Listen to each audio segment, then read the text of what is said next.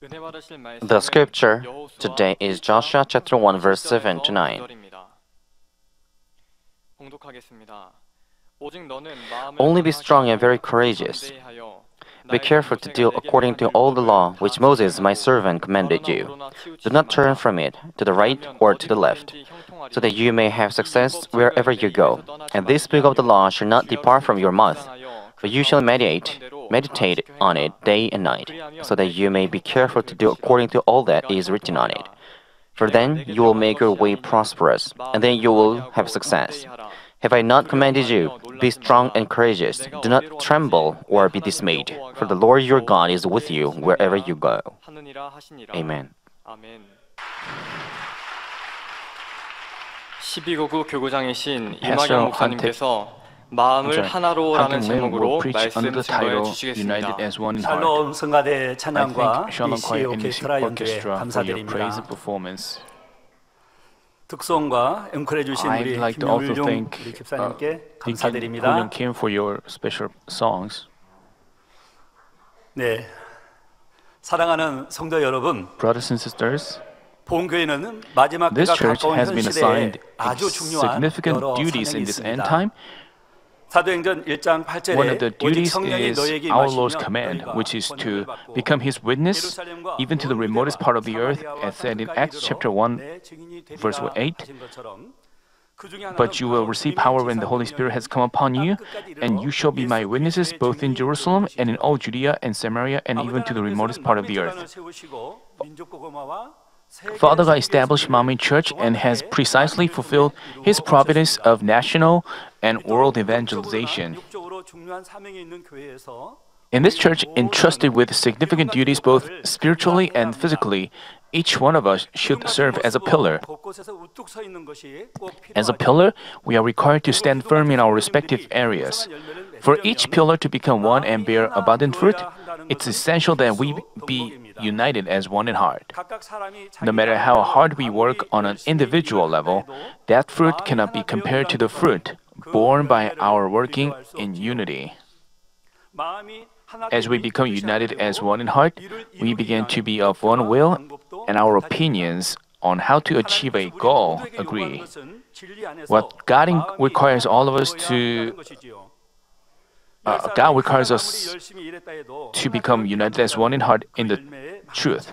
The reason is, no matter how hard we work on an individual level, the fruit cannot be compared to the accomplishments brought forth by our working in unity. So today's message is based on Senior Pastor's previous messages entitled United as One in Heart and Heaven. Brothers and sisters, to be united as one in heart, first we have to look at things with the same eyes of faith in the truth. To have the same eyes in the truth, we need to harbor the heart of Jesus Christ.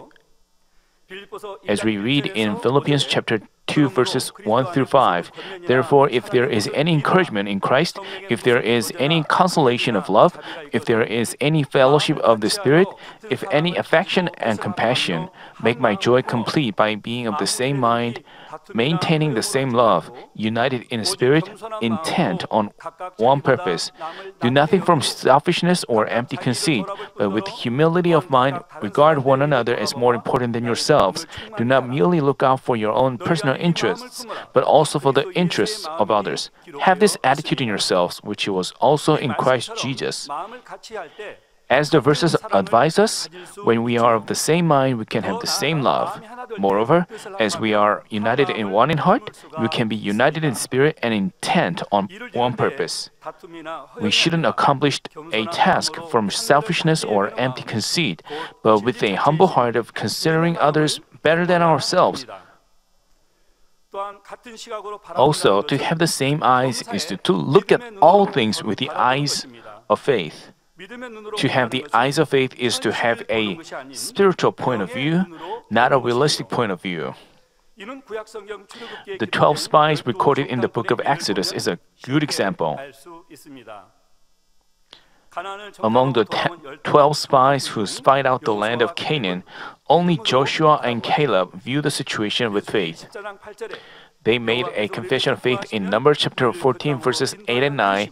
If the Lord is pleased with us, then he will bring us into this land and give it to us, a land which flows with milk and honey. Only do not rebel against the Lord, and do not fear the people of the land, for they will be our prey. Their protection has been removed from them, and the Lord is with us. Do not fear them. In saying so, they comforted the people, trembling in fear. In contrast, the other 10 spies made a negative report, saying in Numbers chapter 13 verses 31 through 33, "We are not able to go up against the people, for they are too strong for us." So they gave out to the sons of Israel a bad report of the land which they had spied out, saying, "The land through which we have gone in spying it out is a land that devours its inhabitants, and all the people whom we saw in it are men of great size. There also we saw the Nephilim, the sons of Anak are part of the Nephilim, and we became like grasshoppers in our own sight, and so were we in their sight." Because they had no faith, they saw themselves as grasshoppers.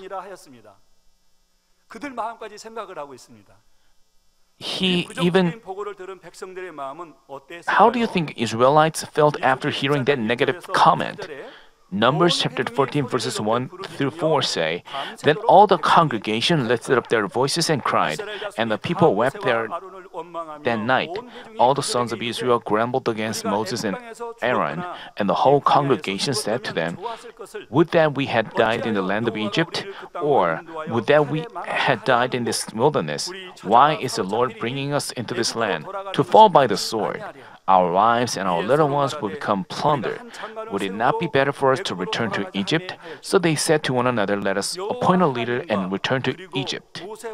In saying so, they grumbled against the Lord God, Moses and Aaron. While Caleb and Joshua viewed the situation with the eyes of faith, the other 10 spies looked at the reality, thereby failing to be united as one. What were the outcomes of viewing the situation with the eyes of faith and looking at the reality? Joshua and Caleb entered the land flowing with milk and honey as leaders. But the 10 spies who looked at the reality and failed to be united as one in the truth died in the wilderness, along with the first generation of the Exodus. The second generation who made a lesson out of it obeyed the words of Joshua. While they marched around the strong city of Jericho, they all obediently stayed silent. They did not complain like, "What's the point of just marching around? Once they attack us, we'll get shot. How could we march around the city in that dangerous situation?" The second generation of the Exodus only looked to God who accomplishes things and obeyed in one heart. They marched around it 13 times and cried out. And something impossible happened. The strong wall of Jericho crumbled down for itself. This incredible thing happened by God's direct intervention. But we have to keep in mind that to view things by faith isn't to ignore the reality and how things go in the world. Also, it is not to just rely on God while not doing anything on our part. If that were what faith is like, there must have been no reason for God to send out the 12 spies to spy out the land. Even before they conquered the city of Jericho, Joshua sent out spies to figure out what was happening inside. Considering the reality, it was utterly impossible to conquer the city by man's might, and Joshua knew this. But because God commanded it, Joshua sought his will, keeping his faith in him. He searched for what he had to do on his part and did his utmost. By the way, when the Israelites crossed the Jordan and destroyed the city of Jericho, they were all united as one with the eyes of faith. When the priests were told to step into the water, they did not fear death. Rather than looking at its strong and fast current, they anticipated God's work and stepped into the water. As soon as they set foot in the water, the river stopped flowing. Since the founding of Manmin, our beloved senior pastor has also conducted himself with the eyes of faith. Once God commanded him to do something, he never said, "It would be difficult" or "It's impossible." Once he figured out what God wanted, he looked at things with the eyes of faith and obeyed. He does know how the world works and how evildoers would act in pursuing their own benefits. Even so, he obeyed whatever God commanded him. Just because he had faith, he did not think everything would be done automatically and put himself at ease. Just as we find in 2 Corinthians chapter 11, verse 28, apart from such external things, there is daily pressure on me of concern for all the churches. Apostle Paul confessed that he lived with a lot of concerns as he devoted himself to saving souls and fulfilling God's providence. For the sake of revealing God's glory, senior pastor also lived with concerns weighing heavily upon his heart. He was subject to hardships that our fathers of faith had to go through. To accomplish a huge task, he would spend sleepless nights and got drained of energy. At times, he faced a bleak and hopeless situation where he stepped onto the river of Jordan by faith, but the river flooded. Nevertheless, he remained steadfast in his words and deeds of faith. This is how he's fulfilled the will of God to this day. Now, God demands such faith of all of us. He desires us to become united in the truth, make the river of Jordan stop flowing, and overcome obstacles like the city of Jericho. For us to become united as one in heart, our longing and hope for New Jerusalem shouldn't waver. Whatever we do for God shouldn't be for the glory of this earth or praise from people. Of course, when we are faithful to His kingdom, He blesses us according to our deeds. But even if there are no rewards to expect on this earth, we should gladly carry out our duties, hoping for the heavenly rewards. But as church workers come together to accomplish a task, some of them have a different mindset. They think like they work hard because they have enough faith for New Jerusalem. But my faith is not enough for it. I'll just end up in the first or second kingdom, so I don't have to work as hard. We have to believe the fact that God wants all of us to enter New Jerusalem. This is found in God's greatest desire. And it's the way to compensate our Lord's blood in a true sense. To lead us to New Jerusalem, God will never give up on us to the very final moment of the human cultivation. So none of us should give up halfway through, saying like, "I'm not worthy enough. It's enough for me." Hebrews chapter 10 verse 38 tells us, "But my righteous one shall live by faith, and if he shrinks back, my soul has no pleasure in him."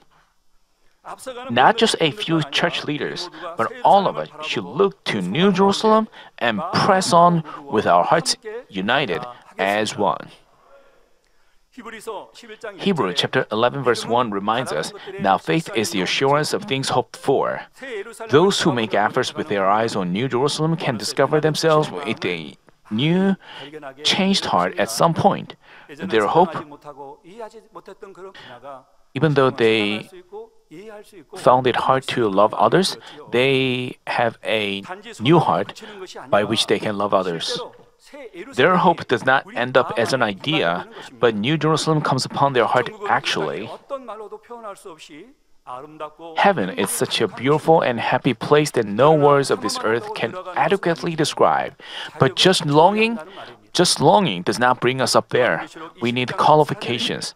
Revelation chapter 22 verse 14 reminds us, "Blessed are those who wash their robes, so that they may have the right to the tree of life and may enter by the gates into the city." After we open the door to salvation and enter the paradise, we have to go through the doors to the first, second, and third kingdom of heaven, and lastly, the door to the New Jerusalem by faith. Then what should we do to enter New Jerusalem? We need to figure out the heart of Father God, who wants to assign the best heavenly dwelling place to us. He desires all of us to enter New Jerusalem. He doesn't want only a few selected individuals, but all people to be saved and enter there. God opened the path to salvation through Jesus Christ. He and our Lord earnestly look forward to the day we'll meet them in heaven. Once we attain to Holy Spirit and proudly march into New Jerusalem, God and our Lord will be overjoyed and overcome with delight. When a child succeeds, his parents would rejoice more than himself. Teachers feel rewarded when their pupils show an outstanding accomplishment. Apostle Paul confesses in Galatians chapter 4 verse 19, "My children, with whom I am again in labor until Christ is formed in you." Here, we can figure that Paul had a heart of a father in nurturing people to whom he gave birth by the gospel. He also stated in 1 Thessalonians chapter 2 verses 19 and 20, "For who is our hope or joy or crown of exaltation?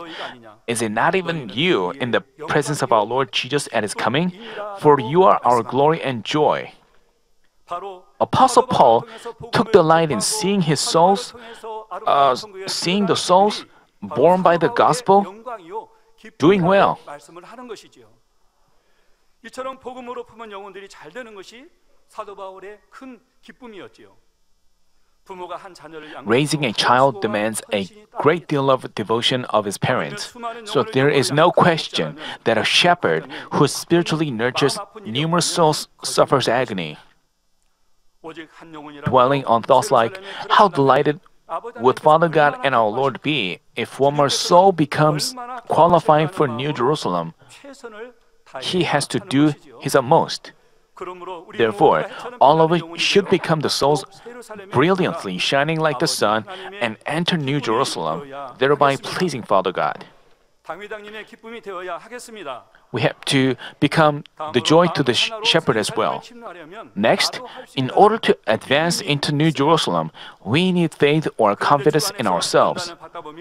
By the way, as we undergo trials, we may see ourselves as insignificant or lose confidence. So we are quick to despair and give up thinking, how could a person like me enter New Jerusalem? But we shouldn't forget the fact that Father God and our Lord demonstrated perfect love for us. God demonstrated His love to the point where He had His own Son die on the cross on behalf of us who were sinners. Even worldly people sacrifice their life for someone who highly regards them.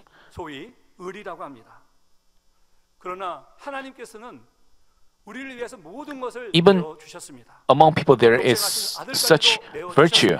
But we have to remember that Father God allowed His Son to die on the cross and face miserable death. Having received such evidence, if we feel His love deep in our heart, we can obey with life-giving love and faith, consequently entering New Jerusalem. If you set a clear goal of New Jerusalem and currently find yourself qualifying for the first kingdom, you have to pray and aim for the second kingdom. If you are currently qualifying for the second kingdom, you have to aim for the third kingdom. This way, we have to make advances step by step. We should never seek the glory of heaven or New Jerusalem out of greed. With a desire to bring great joy and comfort to Father God, who has persevered through many years while cultivating human beings, and with understanding of the heart of the Father who prepared heaven for us, we have to take hold of it by force with spiritual longing. Then, who can qualify for New Jerusalem? The answer is found in the spiritual meaning of the crown awarded to those who enter New Jerusalem. In the Olympic Games, a gold medal signifies the best honor. Once an athlete wins a gold medal in an Olympic game, he enjoys the best honor and be recognized as the best. Likewise, the crown received in New Jerusalem gives one the greatest glory and serves as the evidence of his having the proper qualifications to enter the city. In the first and second and third kingdoms, one is basically given one crown, while in New Jerusalem, we are basically awarded two crowns. This means that all those who enter New Jerusalem are basically given two crowns, and that these crowns can be worn in ordinary occasions, not just in special ones. The two crowns basically given in New Jerusalem are a crown of gold and the crown of righteousness. The spiritual meanings embedded in these crowns are qualifications for New Jerusalem. The crown of gold is given as a reward for God-pleasing faith, and the crown of righteousness is given to those. Let me repeat. The crown of gold is given as a reward for God-pleasing faith, and the crown of righteousness is given to those who've achieved the Holy Spirit and long for the Lord's appearing.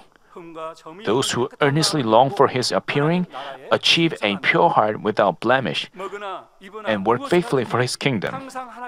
Whatever they eat, wear, or do is for the kingdom of God. As they carry out their duties with all their life, they bring forth fruit. Without succumbing to hardships, they live a life in which they give glory to God. Only those who do all His duties in the Lord can long for His appearing in earnest, and they feel in their heart the time of meeting Him. Because they've accomplished the Holy Spirit, and because they've worked faithfully, they can feel in their spirit the coming of our Lord. The Holy Spirit in them inspires and prepares them. When the time arrived, the Apostle Paul happily walked away of martyrdom with the Spirit's inspiration. If you indeed long for the Lord's appearing, the Holy Spirit inspires you to perfectly prepare yourself as His bride. Those who are wholly prepared as the bride of the Lord eagerly look forward to His appearing. 2 Timothy chapter 4 verses 7 and 8 say, I have fought the good fight, I have finished the course, I have kept the faith. In the future, there is laid up for me the crown of righteousness. Here, we can feel Apostle Paul's longing. God awards the crown of righteousness to all those who've longed for His appearing, like this. By figuring out the heart of God who prepared the city of glory that is the most beautiful and happiest place among all heavenly dwelling places, hopefully you will vigorously march towards New Jerusalem without wavering. Dear brothers and sisters, to become united as one heart, third, we have to put our heart to good things. Putting our heart to good things is required of all of us. Particularly, it is even more so with church leaders or workers. Even when people work towards the same goal, only when each of them harbors goodness can they truly be united as one. Depending on how they become united as one in goodness, they can make things done easily, or the opposite. At the time Israel was entering Canaan, there was a person named Achan. He was a soldier fighting together in a battlefield. On the outside, he was of one heart with others, but in actuality, he didn't harbor goodness, but a greedy and disobedient heart. Even though he risked his life in fighting, because he did not harbor goodness, he couldn't be of one heart. Eventually, he and his family were killed and Israel suffered a bitter defeat in the city of Ai. Through this, we have to realize that in doing God's work, each and every one involved should harbor good things.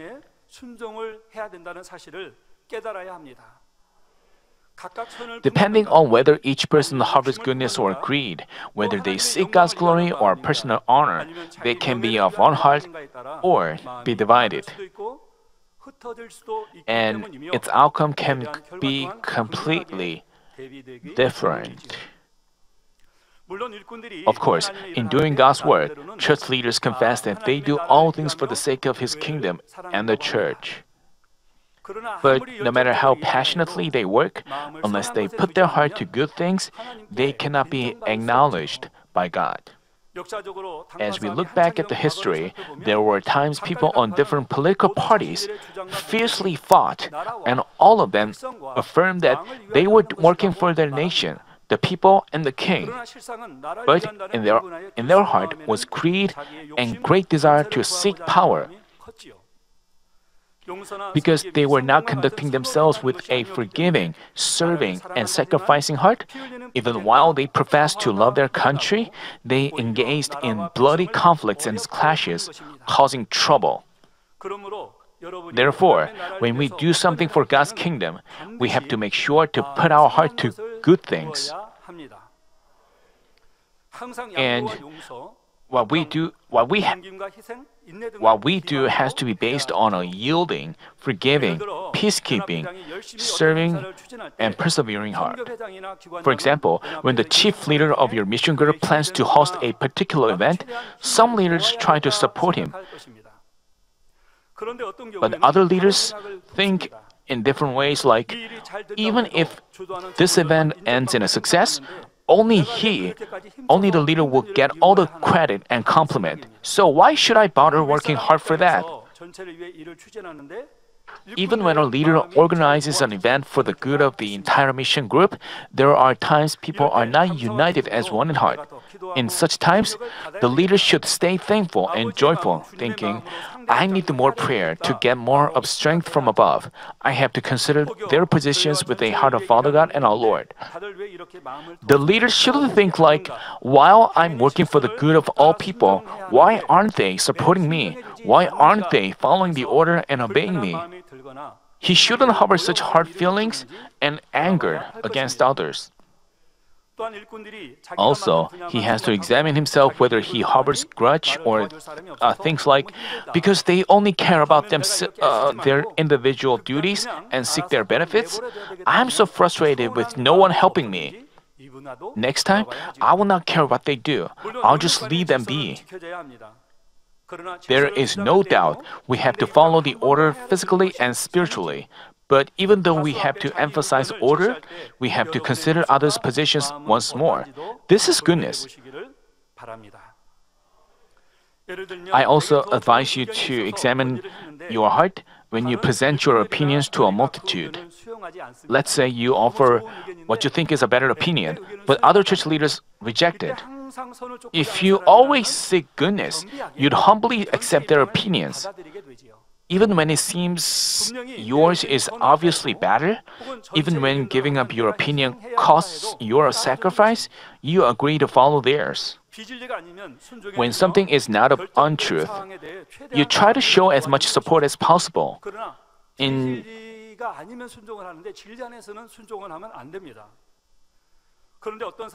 presenting an opinion, some individuals become aggressive against others' opinion. There's another kind of people. If their opinion is not accepted despite their several attempts to persuade others, they just step back. This is not an attitude of giving up their will and showing support for others. On the outside, it looks like they don't insist on themselves but follow what all other people want. But in fact, he's shutting the door to his heart. To avoid hearing such comments as, you are breaking peace, they only do what they have to do. Even though they are capable of making things go better and preventing them from going wrong, they just pretend not to know anything. It's because they don't want something that they oppose to go well, or because if things turn out not good in the end, they speak their minds like, I knew this was coming. I was right. But we have to know that what God considers most important in our achieving God's work is our aroma of goodness. What matters is not who is right or wrong, or who bears more fruit right now. God wants all of us to respect, understand, and serve, and forgive one another.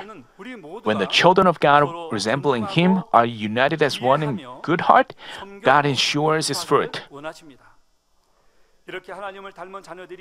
By speaking through His Spirit, He makes impossible things possible and possible things even more possible.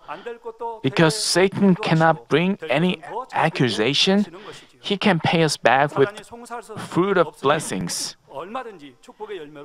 Thus, I ask you to always put your heart to good things, discern in goodness, and be united in goodness. Let me conclude the message. Following the death of God's servant Moses, God spoke to Joshua in Joshua chapter 1 verses 7 through 9. Only be strong and very courageous. Be careful to do according to all the law which Moses my servant commanded you. Do not turn from it to the right or to the left, so that you may have success wherever you go. This book of the law shall not depart from your mouth, but you shall meditate on it day and night, so that you may be careful to do according to all that's written in it. For then you will make your way prosperous, and then you will have success. Have I not commanded you? Be strong and courageous.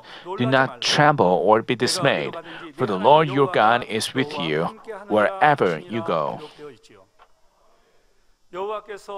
God tells Joshua that if he keeps all the law Moses commanded him and doesn't turn to the right or to the left, he would be prosperous wherever he goes.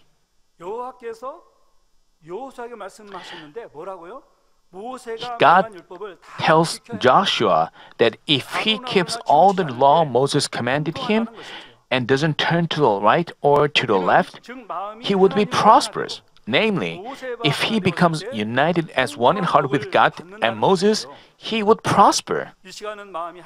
Today, I told you that to become united as one in heart, first, we should look at things with the same eyes of faith in the truth.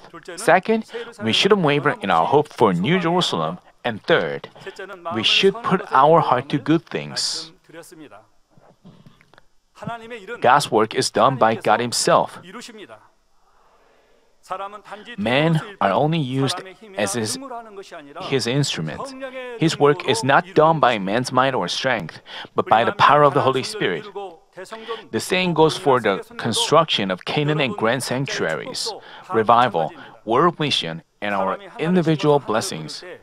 While man sows one seed and reaps one fruit, God can make us reap 30, 60, and 100 times. With God, even impossible things by man can be made possible. But for us to reap like this, we have to sow in spirit. Sowing in spirit refers to being united as one heart, which we've talked about so far. It is looking at things with the eyes of faith and hope and being united in one heart and will. Dear brothers and sisters, we, Manmin members, should be one in heart in the truth. We, Manmin members, should be one in heart in the truth.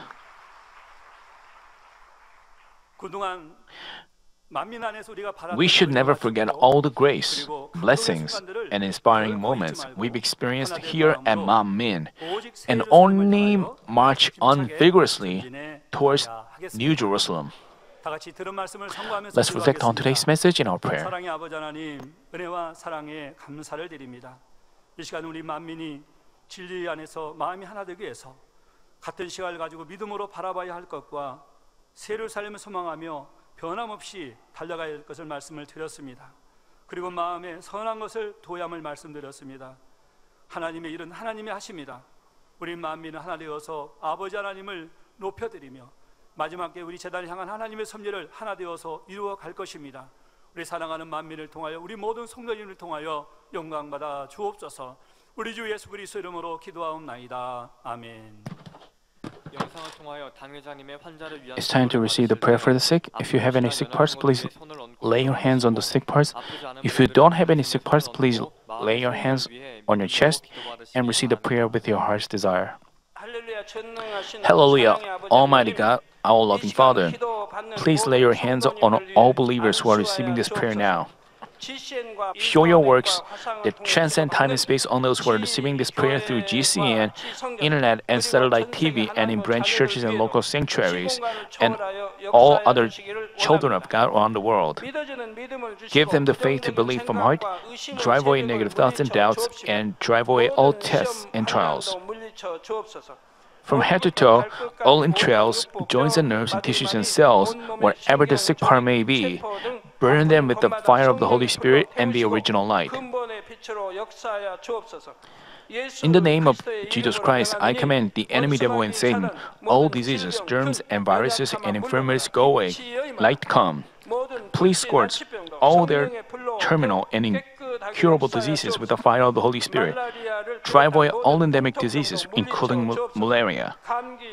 All contagious diseases, including cold, flu, and fever, go away. Protect them from all kinds of germs and viruses. Heal them of all stomach, lung, liver, breast, uterine, and intestinal cancers, AIDS, leukemia, cerebral apoplexy, high and low blood pressure, diabetes, thyroid problems, and heart, lung, and women's diseases, and all inflammations go away. Heal them of polio, stroke, arthritis, and herniated discs, back pain, headache, neuralgia, and all other pains disappear. Epilepsy, autism, depression, neurosis, and other mental diseases go away. All kinds of paralysis be loosened, get up, walk, and leap. Let the eyes see well, let the ears hear well, let the blind come to see, the deaf to hear, and the mute to speak. Heal them up after the effects of all kinds of accidents, fix their broken bones, restore them from burns, let the heat and burning sensation go away.